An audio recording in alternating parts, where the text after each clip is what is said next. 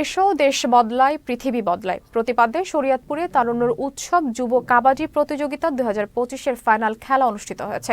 বাংলাদেশ কাবাডি ফেডারেশনের পৃষ্ঠপোষকতায় ও শরীয়তপুর জেলা পুলিশের ব্যবস্থাপনায় রোববার বিকেলে ফাইনাল খেলা অনূর্ধ্ব-18 ছেলে দল ভেদরগঞ্জ থানা দলকে পরাজিত করে পালং মডেল থানা দল চ্যাম্পিয়ন হয়েছে। অপরদিকে মেয়ে দল নদিয়া থানা দলকে পরাজিত করে পালং মডেল থানা দল চ্যাম্পিয়ন হয়েছে।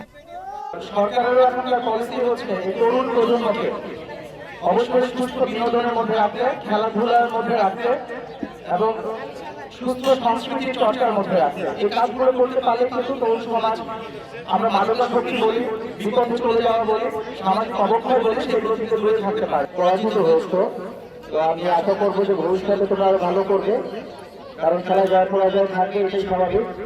এবং এই যেহেতু হাডুডু বা আমরা কাবাডি যাই বলি না কেন, এটি অত্যন্ত একটি শারীরিক পরিশ্রমের খেলা।